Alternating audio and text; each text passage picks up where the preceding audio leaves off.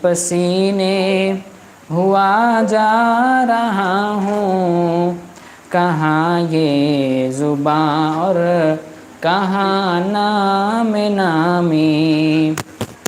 سلام اس شہنشاہ ہر دو سرا پر، درود اس امام صف انبیاء پر۔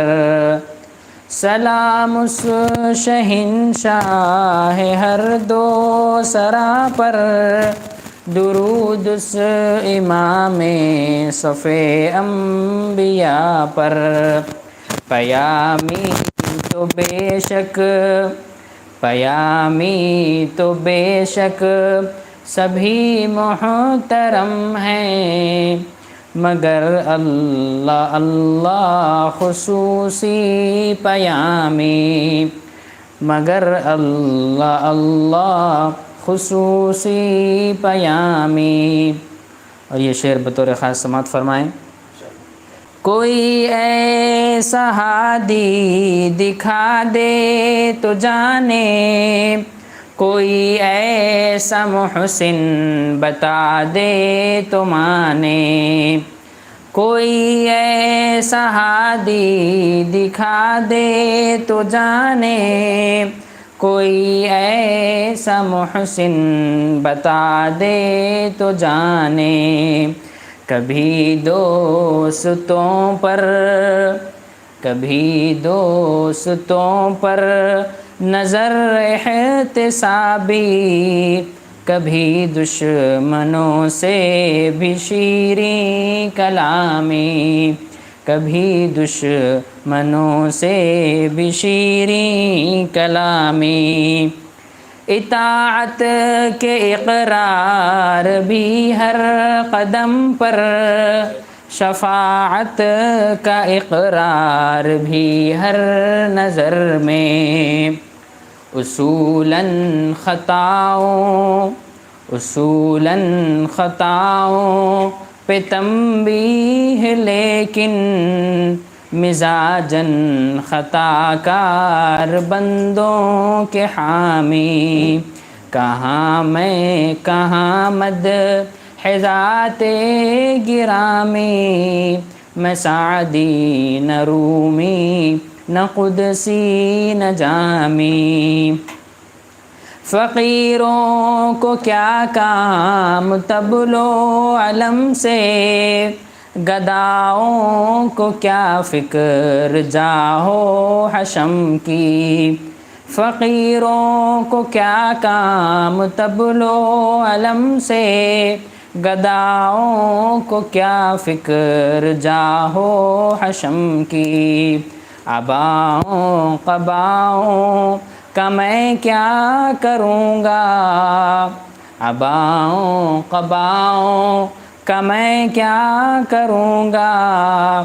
عطا ہو گیا مجھ کو تاج غلامی، عطا ہو گیا مجھ کو تاج غلامی۔ یہ آنسو جو آنکھوں سے میرے رواں ہیں، عطائے شہنشاہ کون و مکان ہے۔ مجھے مل گیا جام، مجھے مل گیا جام صحبائے کوثر، میرے کام آئی میری تشنہ کامی۔ کہاں میں کہاں مدح ذات گرامی، میں سعدی نہ رومی نہ قدسی نہ جامی۔ انہیں صدق دل سے بلا کے تو دیکھو، انہیں صدق دل سے بلا کر تو دیکھو، ندامت کے آنسو بہا کر تو دیکھو۔ لیے جاؤ اقبال، اقبال عظیم اپنے آپ کو مخاطب کرتے ہیں کہ لیے جاؤ اقبال نام محمد، لیے جاؤ اقبال نام محمد صلی اللہ علیہ وسلم، لیے جاؤ اقبال نام محمد، شفاعت کا ضامن ہے اس میں گرامی، شفاعت کا ضامن ہے اس میں گرامی، کہاں میں کہاں مد حضرات گرامی، میں سعدی نہ رومی نہ قدسی نہ جامی، پسینے پسینے ہوا جا رہا ہوں، کہاں یہ زباں اور کہاں نام نامی۔ السلام علیکم۔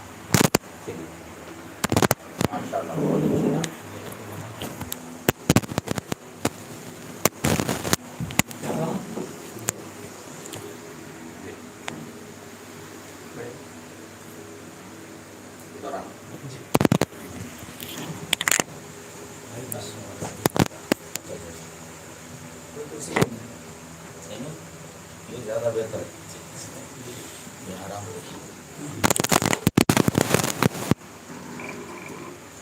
بندے کو معلوم ہے کہ نہیں جگہ لوکیشن بھیج ہاں آ جاتا ہوں جی۔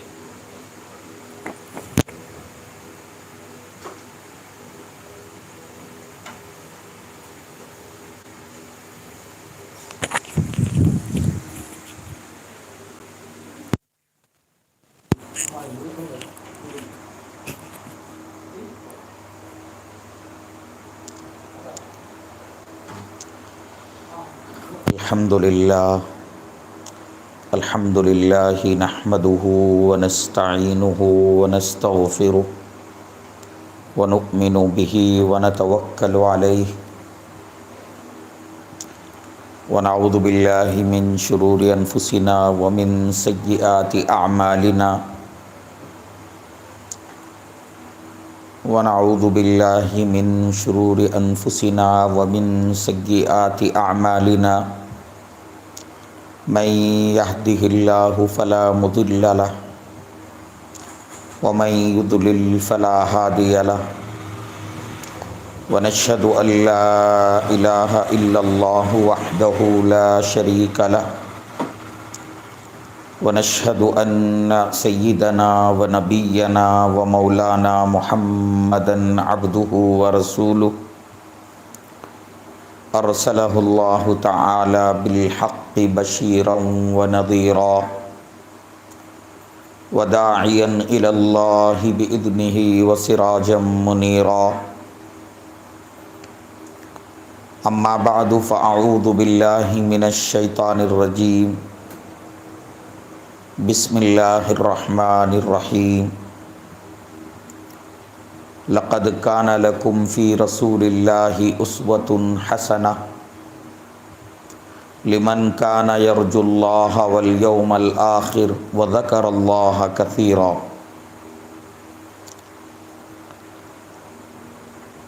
سبحان ربك رب العزة عما يصفون وسلام على المرسلين والحمد لله سيدنا محمد وبارك وسلم۔ اللہم صلی علی سیدنا محمد وعلی آل سیدنا محمد وبارک وسلم۔ اللہم صلی علی سیدنا محمد وعلی آل سیدنا محمد وبارک وسلم۔ قابل احترام معزز خواتین، عزیز طالبات اور دور دراز سے سننے والے سامعین اور ناظرین،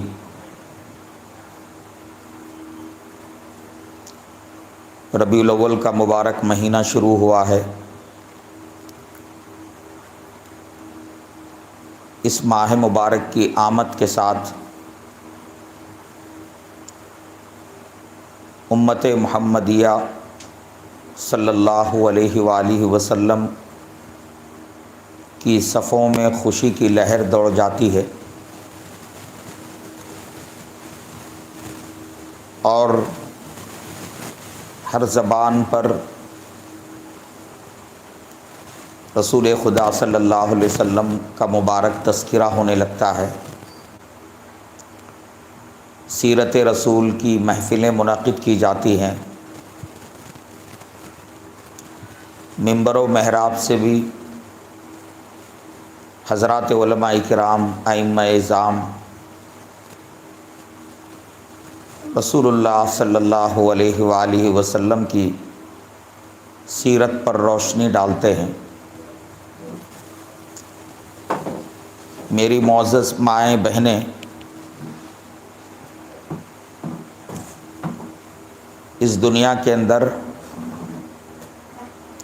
انسانوں کے سب سے بڑے محسن اللہ تبارک و تعالیٰ ہیں۔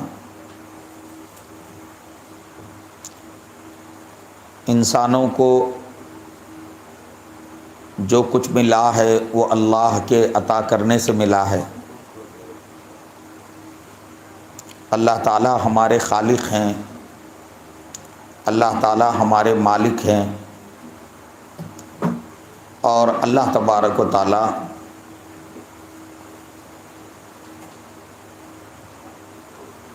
ہم پر انعامات کی بارش فرماتے رہتے ہیں۔ لیکن اللہ تعالیٰ کے بعد اگر کوئی ہستی انسانوں کے لیے سب سے بڑی محسن ہے، اور اگر کسی ہستی کو انسانیت کے لیے محسن اعظم قرار دیا جا سکتا ہے، اور عالم انسانی پر اگر کسی ہستی کے سب سے زیادہ احسانات ہیں، تو وہ رسول خدا احمد مجتبی محمد مصطفیٰ صلی اللہ تعالی علیہ وسلم ہیں۔ خدا کے بعد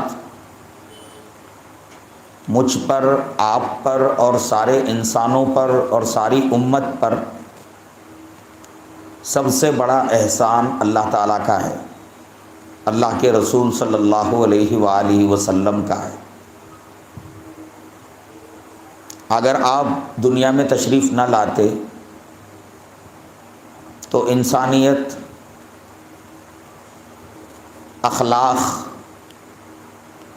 سے ناواقف ہوتی۔ اگر آپ تشریف نہ لاتے تو انسانوں کو انسانیت کا سبق نہ ملتا۔ اگر آپ تشریف نہ لاتے تو انسانوں کو اپنے پروردگار کی معرفت حاصل نہ ہوتی۔ اگر آپ کا اس کائنات کے اندر جلوہ نہ ہوتا تو یہ پوری کائنات تاریکیوں میں ڈوبی رہتی، اور انسانوں کو راہ راست اور سیدھا راستہ بتانے والا کوئی نہ ہوتا۔ آپ اگر نہ ہوتے تو ہمیں مقصد زندگی کا پتہ نہ ہوتا۔ آپ اگر نہ ہوتے تو ہمیں ہمارے پروردگار کی پہچان نہ ہوتی۔ آپ اگر تشریف نہ لاتے تو روئے زمین پر بسنے والے انسانوں کو انسانوں کی طرح زندگی گزارنے کا سلیقہ نہ آتا۔ آپ اگر تشریف نہ لاتے تو اس کائنات کے اندر قتل و غارت گری کا سلسلہ ختم نہ ہوتا، جہالت کی تاریکیاں ختم نہ ہوتی۔ آج موجودہ دنیا میں جتنی رنگینیاں ہمیں نظر آ رہی ہیں، سائنس ٹیکنالوجی کی ترقی کے نتیجے میں دنیا جس قدر چمک اور دمک رہی ہے، یہ سب محمد الرسول اللہ صلی اللہ علیہ وسلم کا صدقہ ہے۔ اگر آپ غار حرا سے اقرا کا پیغام لے کر نہ آتے تو آج لوگوں کو علم کی قدر و قیمت نہ معلوم ہوتی۔ جہالت کی تاریکیوں میں آپ نے عالم انسانی کو سب سے پہلا پیغام جو دیا وہ پڑھنے کا پیغام دیا، سیکھنے کا پیغام دیا، جہالت کی تاریکیوں کو ختم کرنے کا پیغام دیا۔ تو میری مائیں بہنیں، ہمیں یہ بات ذہن نشین ہونا چاہیے کہ جس طرح ہم پر ہمارے رب کے احسانات ہیں، وہی ہمارا خالق ہے، وہی ہمارا مالک ہے، وہی ہمیں روزی دے رہا ہے، وہی ہمیں نعمتیں دے رہا ہے، اسی طرح سے اللہ کے بعد ہمارے سب سے بڑے محسن ہمارے نبی صلی اللہ علیہ وسلم ہیں۔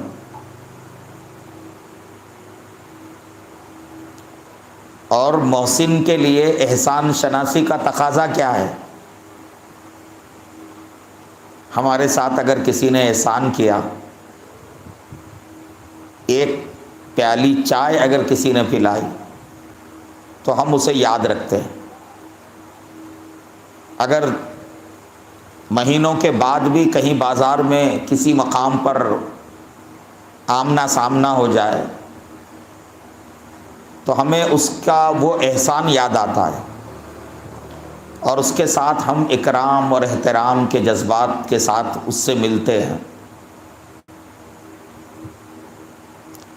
تو یہ احسان شناسی انسان کی فطرت میں اللہ نے ڈالی ہے۔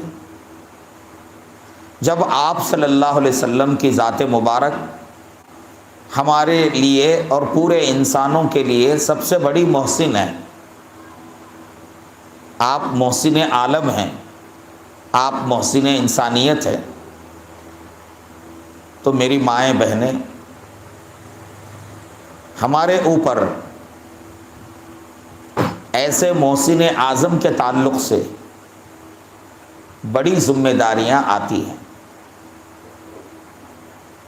احسان فراموشی اللہ اس کے رسول کو بھی ناپسند ہے اور بندوں کو بھی ناپسند ہے۔ اللہ تبارک و تعالیٰ اس کو پسند نہیں فرماتے کہ اللہ تعالیٰ کے ساتھ احسان فراموشی کی جائے۔ بندے پسند نہیں کرتے کہ کوئی ان کے ساتھ احسان فراموشی کرے۔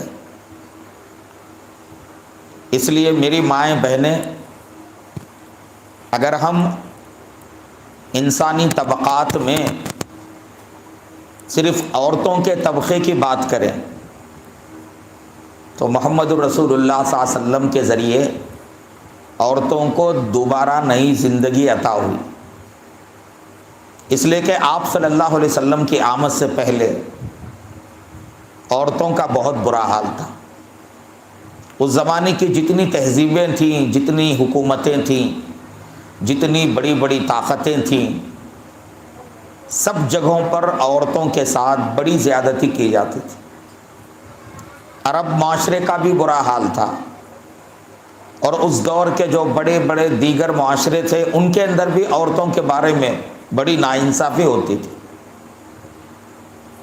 عرب معاشرے کے اندر عورت کو میراث کے سامان کی طرح وراثت میں منتقل کیا جاتا تھا، جیسے گھر بھار، ساز و سامان وراثت میں منتقل ہوتا ہے، اسی طرح سے عورت بھی وراثت میں منتقل ہوتی تھی۔ عورت کو جینے کا حق نہیں تھا، عورت کی عزت اور آبرو محفوظ نہیں تھی۔ گھروں میں لڑکیاں پیدا ہوتی تو ماں باپ لڑکیوں کی پیدائش کو عار اور نحوست سمجھتے تھے، اور جب تک باپ اس دنیا میں قدم رکھنے والی اپنی بیٹی کو زندہ زمین میں دفن نہ کرتا تب تک اسے سکون نہیں ملتا تھا۔ اللہ تعالیٰ نے اس معاشرے کی صورتحال کی منظر کشی بھی قرآن میں فرمائی۔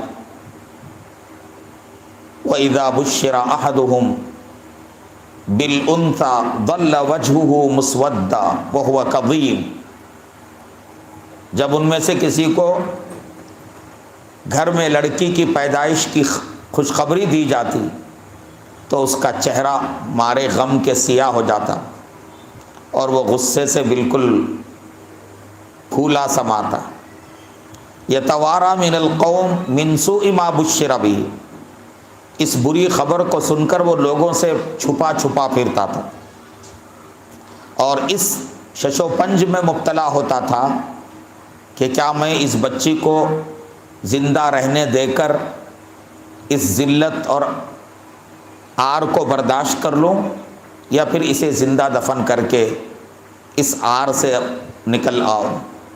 ایمسکہ علی ہون ام یدسہ فی التراب، یہ حالت تھی معاشرے میں عورتوں کی۔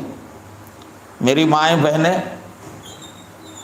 رسول اللہ صلی اللہ علیہ وسلم کا احسان ہر انسانی طبقے پر ہوا ہے، اس سے انکار نہیں ہے، لیکن عورتوں کا طبقہ جو ہے بہت مظلوم تھا، اور آپ کا عورتوں پر احسان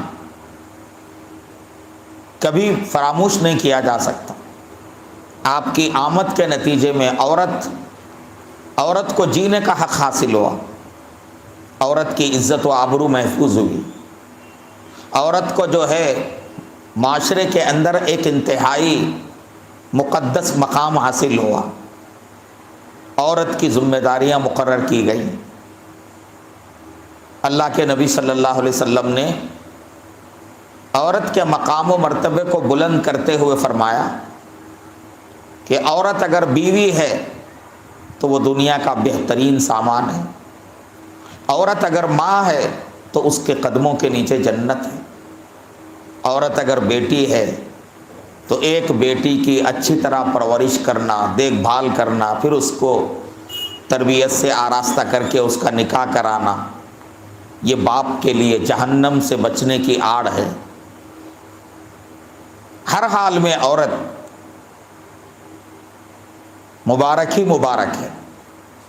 تو اللہ کے نبی نے عورتوں کو جو مقام عطا فرمایا، اس کا تقاضا ہے کہ مائیں بہنیں اپنے نبی صلی اللہ علیہ وسلم سے گہرا عقیدت مندانہ تعلق رکھیں،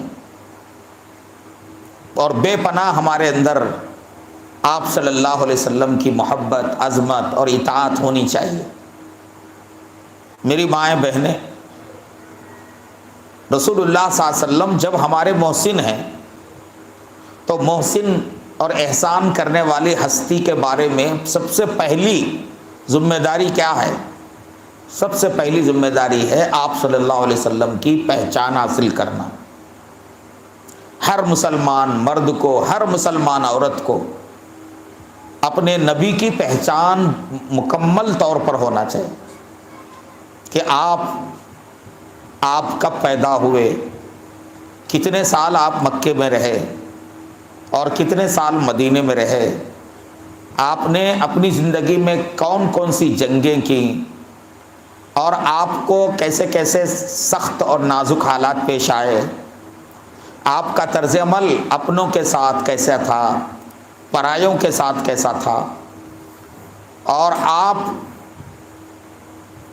کس طرح سے اللہ کے بندوں کو اللہ کے دین کی طرف بلاتے تھے، اور راہ خدا کی دعوت میں کیسی کیسی تکلیفیں برداشت کرتے تھے، طائف کے اندر آپ کے ساتھ کیا معاملہ پیش آیا، جنگ احد، غزوہ احزاب، جنگ تبوک، جنگ بدر، ان جنگوں کی تفصیلات کیا ہیں، آپ کی صاحبزادیاں کتنی ہیں، کون کون ہیں، آپ کے صاحبزادے کتنے ہیں، کون کون ہیں، آپ کی ازواج مطہرات کون ہیں، ان کے نام کیا ہے،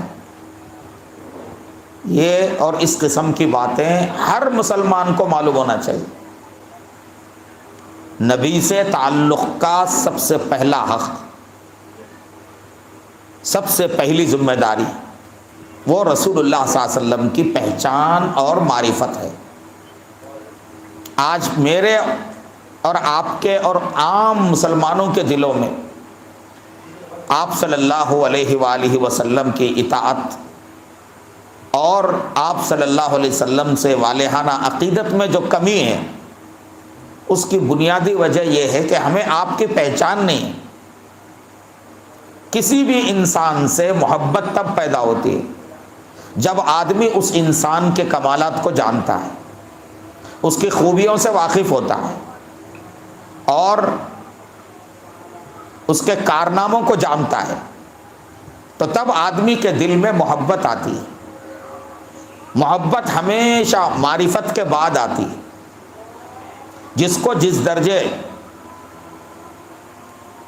اذان ہو رہی ہے، اذان کے بعد انشاءاللہ تمام خواتین اذان کے کلمات کا جواب دیں۔ اللہ اکبر، اللہ اکبر، اللہ اکبر، اللہ۔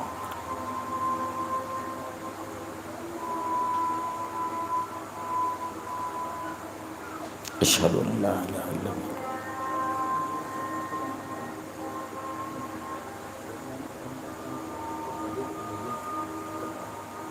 اشہد ان لا الہ الا اللہ،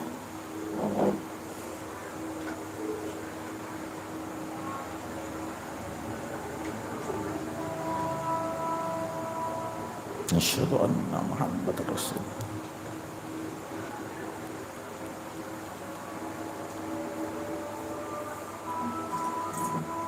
اشہد ان محمد رسول اللہ۔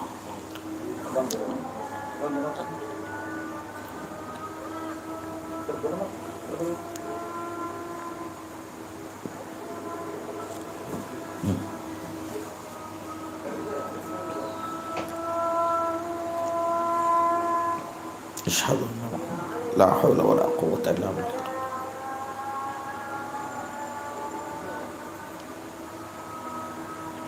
لا حول ولا قوة الا باللہ۔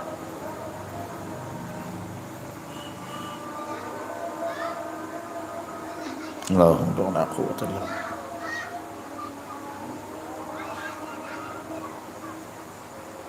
اللہ اکبر، اللہ اکبر۔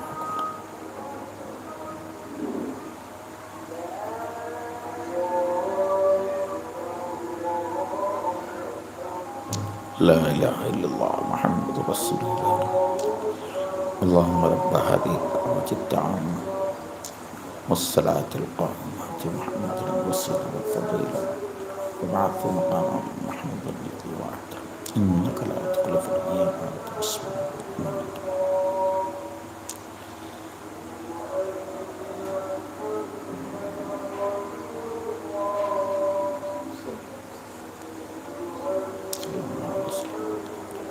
صلی اللہ علیہ وسلم۔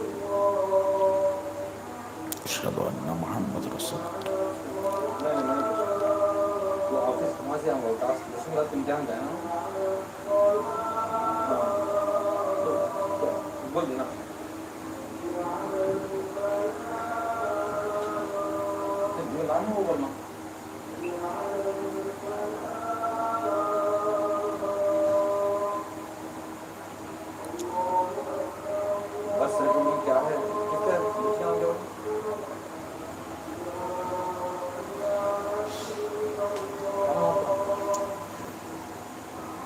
تو عزیز طالبات اور معزز مائیں بہنیں، نبی پاک صلی اللہ علیہ وسلم سے متعلق پہلی ذمہ داری آپ کی پہچان، آپ کی سیرت کو جاننا۔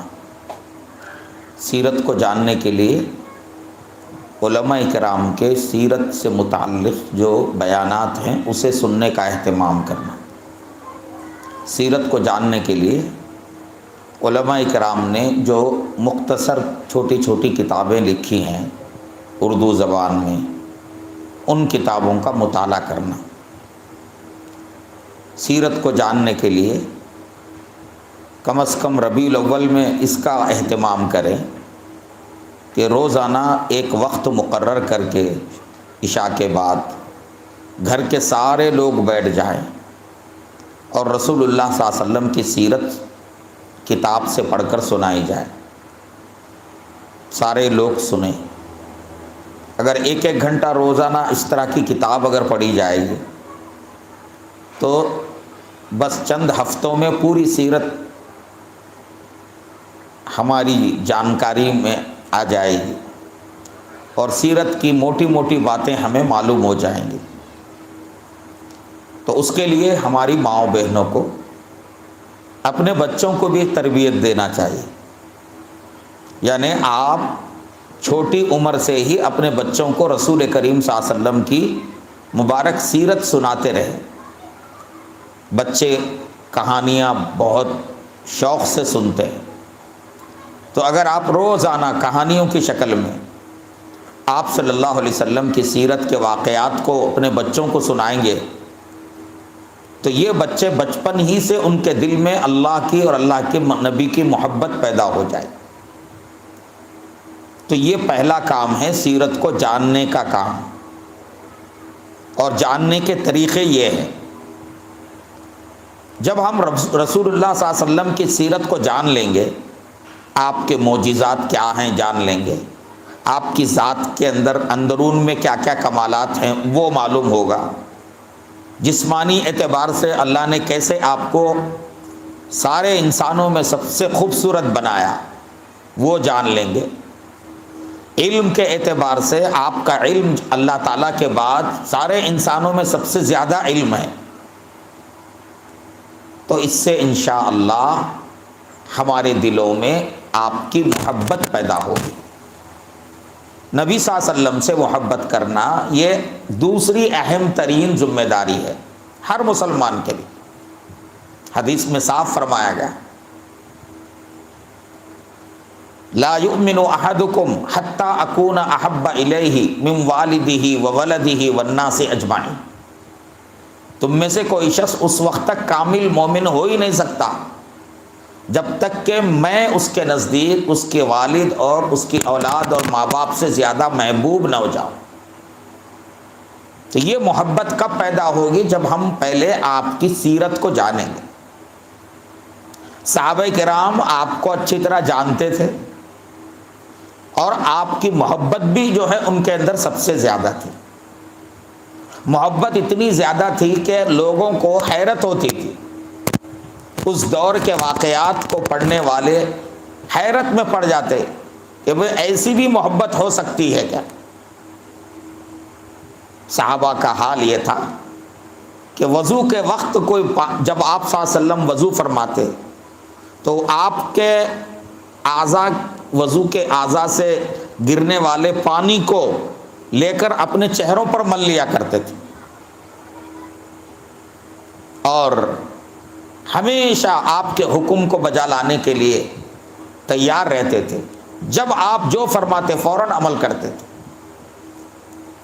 تو میری معزز مائیں بہنیں، پہلا کام آپ کی معرفت حاصل کرنا، اور دوسرا کام آپ کی محبت کا اپنے اندر پیدا کر لینا۔ اللہ اور اللہ کے رسول کی محبت ہمارے دین کی بنیاد ہے۔ قرآن میں، حدیث میں، ہر جگہ اس پر تاکید کی گئی ہے۔ سچا مسلمان وہی ہے جو سب سے زیادہ اللہ اور اس کے رسول سے محبت کرتا ہے۔ محبت کے بعد جب آپ کی محبت بے پناہ ہمارے اندر آئے گی تو دنیا کا اصول ہے کہ کوئی بندہ کسی سے محبت کرتا ہے تو وہ اپنے محبوب کی نقل کرتا ہے اور اپنے محبوب کے قدموں پر گر جاتا ہے اور اس کے ہر حکم کو بجا لاتا ہے۔ تو تیسری ذمہ داری ہے اطاعت۔ اطاعت پیدا ہوتی ہے محبت کے نتیجے میں، معرفت کے نتیجے میں۔ اب جس بندے میں جتنی زیادہ محبت ہوگی وہ بندہ اتنا زیادہ جو ہے آپ صلی اللہ علیہ وسلم کی اطاعت کرے گا۔ آپ کی اطاعت میں آپ کی سنتوں کو جان جان کر عمل کرنا ہے، جان جان کر عمل کرنا۔ اور آج کل ہر چیز کتابوں کے اندر محفوظ ہے۔ اگر آپ یہ جاننا چاہیں کہ نبی صلی اللہ علیہ وسلم کے 24 گھنٹے کیسے گزرتے تھے، اس کی پوری تفصیلات کتابوں میں۔ آپ صلی اللہ علیہ وسلم کی سنتوں کو مختصر طریقے سے بھی علماء نے جمع کیا ہے، کھانے کی سنتیں، پینے کی سنتیں، سونے کی سنتیں، کپڑا پہننے کی سنتیں۔ تو سنتوں کو جاننا چاہیے اور سنتوں پر عمل کرنا ضروری ہے۔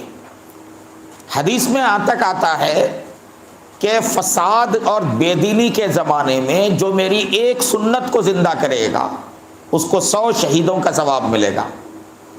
من احیا یا من تمسک بسنتی عند فساد امتی فلہ اجر 100 شہید، اس کو 100 شہیدوں کا ثواب عطا کیا جائے گا۔ تو میری مائیں بہنیں، سنتوں پر عمل کرنے کا عام ہمارا ذوق ہونا چاہیے.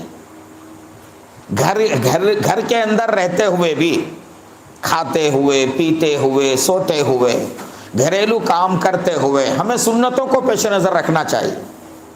جس گھر میں جتنی زیادہ سنتوں کی پابندی ہوگی اس گھر میں اتنی زیادہ برکت ہوگی. اور آپ کی سنتوں میں جیسے مسواک کرنا سنت ہے، اور جس طرح سے کھانے کی پینے کی سنتیں ہیں، اسی طرح سے آپ کی کچھ سنتیں وہ ہیں جن کو ہم آپ کی سنت نہیں سمجھتے یا جن پر ہم توجہ نہیں کرتے. مثلا آپ کی ایک سنت یہ ہے کہ آپ اپنے دل کو دوسروں کے تعلق سے بالکل صاف رکھا کرتے تھے. یعنی آپ اپنے دل میں کسی کے بارے میں کدورت اور دشمنی، بدخواہی، بغض اور کینہ وغیرہ نہیں رکھتے تھے. یہ آپ کی سنت ہے. حضرت انس بن مالک رضی اللہ عنہ صحابی ہے.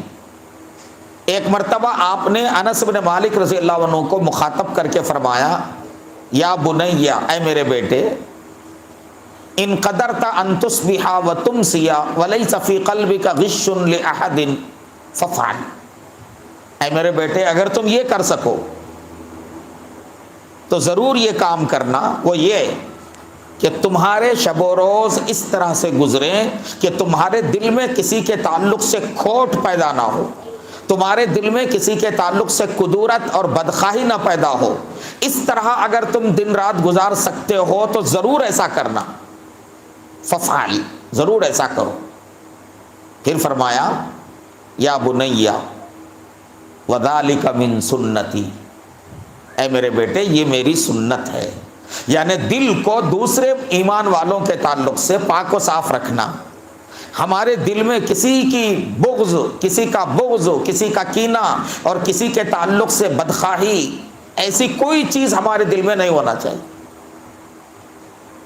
مختلف باتیں پیش آتی ہیں انسانی زندگی میں، لیکن آدمی کو چاہیے کہ کسی سے اگر کوئی معاملہ پیش آ جائے فوراً اسی وقت رفع دفع کر لے.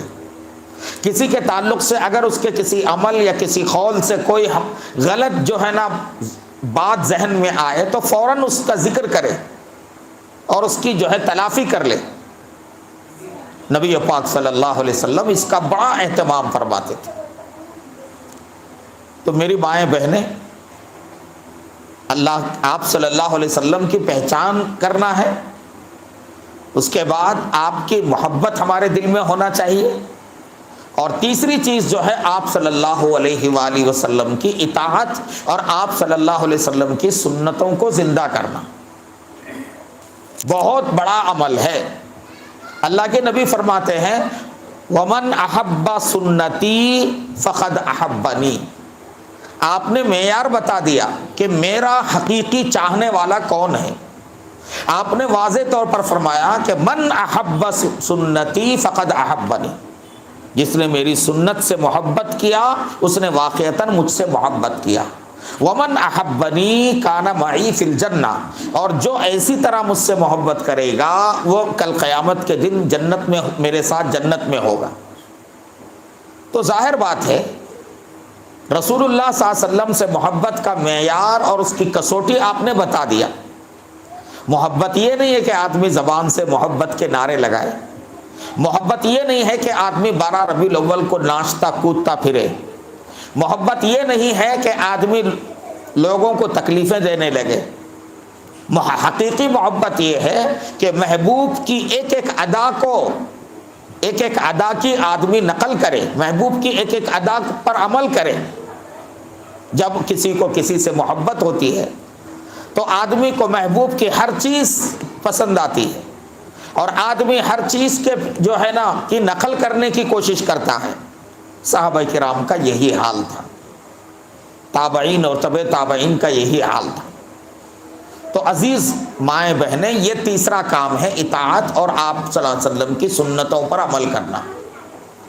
چوتھا کام کیا ہے؟ چوتھا کام یہ ہے کہ آپ صلی اللہ علیہ وسلم کی پہچان دوسروں کو کروانا. یعنی ہم جس ملک میں رہتے ہیں یہاں ہمارے غیر مسلم بھائی ہیں، بہنیں ہیں، جس کو جتنا موقع ملے غیر مسلم بھائی اور بہنوں کو نبی کریم صلی اللہ علیہ وسلم کی پہچان کرواتے رہنا، بتانا آپ کے بارے میں، چونکہ ہم صحیح نہیں بتا رہے ہیں، اس کے نتیجے میں فرقہ پرست لوگ آپ صلی اللہ علیہ وسلم کے بارے میں غلط پروپیگنڈا کر رہے ہیں، جو باتیں آپ سے متعلق ہے ہی نہیں ایسی باتیں آپ کی طرف منسوب کر رہے ہیں، آپ کو بدنام کرنے کی کوشش کر رہے ہیں۔ تو ہم جو ہے رسول خدا صلی اللہ علیہ وسلم کا صحیح جو ہے آپ کی صحیح پہچان کروانے کے لیے غیر مسلموں سے ملاقات کرنا، غیر مسلموں کو اپنے پاس کھانے پر مدعو کرنا اور مختصر سی محفل رکھ کر ان کے سامنے سیرت، آپ صلی اللہ علیہ وسلم کی سیرت کی تعلیمات کیا ہیں، انسانیت نواز تعلیمات کیا ہیں، اس کو سامنے رکھنا، یہ ہماری ذمہ داری ہے۔ اور پانچواں کام میری مائیں بہنیں، نبی کریم صلی اللہ علیہ وسلم پر صرف ایمان لانا کافی نہیں ہے، آپ کو صرف نبی ماننا کافی نہیں، بلکہ آپ کو آخری نبی ماننا ضروری ہے۔ جو کوئی آپ کو آخری نبی نہیں مانتا بلکہ یہ کہتا ہے کہ آپ کے بعد بھی نبی آئیں گے، وہ قادیانی ہے، وہ کافر ہے اور اس کا اسلام سے کوئی تعلق نہیں۔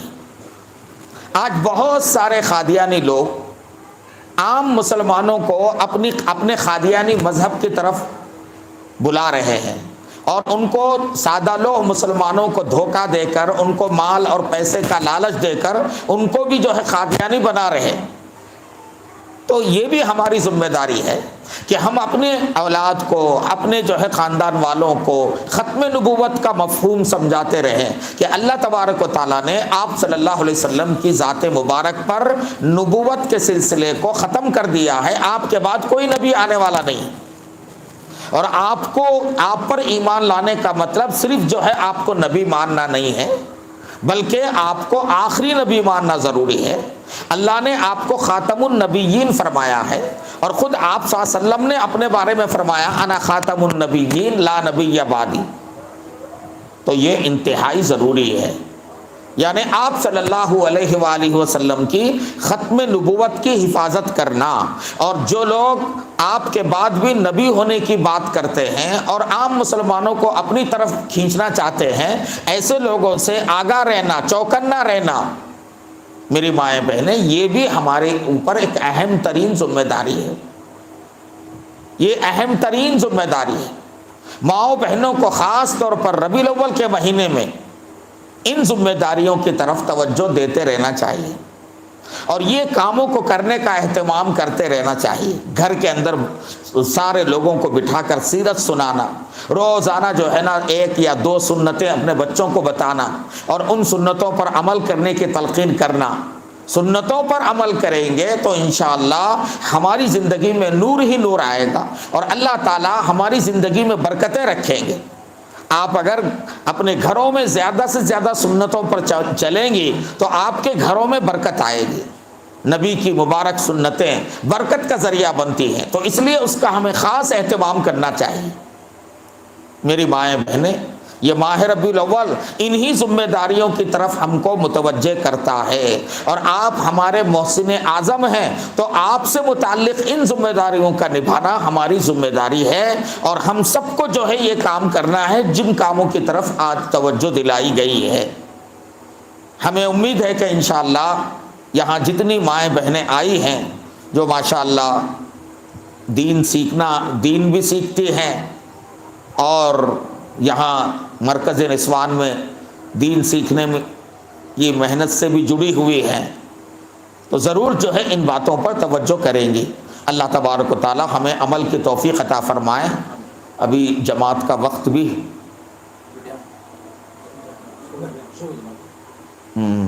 تو جماعت بھی جو ہے شروع ہو رہی ہے، اس لیے بات یہیں ختم کی جا رہی ہے۔ دعا کر لیں گے، مختصر سی دعا، اس کے بعد انشاءاللہ یہ سلسلہ ہر مہینہ انشاءاللہ چلے گا، تو ہر مہینے کی دوسری منگل کو انشاءاللہ یہ نظام چلتا رہے گا۔ تمام خواتین اور بھی دیگر خواتین کو توجہ دلائیں کہ اپنے پڑوس میں، رشتہ داروں میں، تو انشاءاللہ ان کو بھی جو ہے فائدہ ہوگا۔ اللہ تعالی ہمیں عمل کی توفیق عطا فرمائے۔ وآخر دعوانا ان الحمد للہ رب العالمین۔ اللہم صلی علی سیدنا محمد وعلی آل سیدنا محمد مبارک وسلم ربنا آتنا فی الدنیا حسنہ وفی الآخرۃ حسنہ وقنا عذاب النار واعف عنا واغفر لنا وارحمنا انت مولانا فانصرنا علی القوم الکافرین یا حی یا قیوم برحمتک نستغیث اصلح لنا شأننا کلہ ولا تکلنا الی انفسنا طرفۃ عین۔ اے اللہ ہم سب کے گناہوں کو معاف فرما، خطاؤں کو معاف فرما۔ اے اللہ ہمارے اس بیٹھنے کو، کہنے سننے کو اپنے کرم سے قبول فرما۔ اے اللہ جتنی مائیں بہنیں آئی ہیں سب کے آنے کو قبول فرما۔ مولا جو باتیں بتائی گئی ہیں اس پر عمل کی توفیق عطا فرما۔ الہ العالمین ہر قسم کے شر سے ہماری حفاظت فرما اور زندگی میں ہر خیر اور برکت کی چیزیں عطا فرما۔ الہ العالمین ہم سبوں کو دین پر چلنے والا بنا۔ اے اللہ ہم سب کو مولا مرتے دم تک دین پر جمے رہنے کی توفیق عطا فرما۔ مولا ہر طرح کی برائیوں سے، گناہوں سے حفاظت فرما۔ اے کریم پروردگار دین کو جاننے کی توفیق عطا فرما اور جان کر اس پر صحیح عمل کرنے کی توفیق عطا فرما۔ اے اللہ امت مسلمہ کی ہر طرح سے حفاظت فرما۔ اے اللہ اس ملک کے اندر جتنے اے اللہ مسلمانوں کے خلاف قوانین بنائے جا رہے ہیں ان سارے قوانین کو اے اللہ ناکام فرما۔ اے اللہ مسلمانوں کی خصوصی مدد فرما۔ اے اللہ رحم کا، کرم کا، عافیت کا، سہولت کا معاملہ فرما۔ ربنا تقبل منا انک انت السمیع العلیم وتب علینا انک انت التواب الرحیم وصلی وسلم وبارک علی حبیبک سیدنا محمد وآلہ وصحبہ اجمعین والحمد للہ رب العالمین۔ وہ وقف ترمیم بل کے بارے میں اگر وہ کرنے کے لیے بولیے، آپ بولیے۔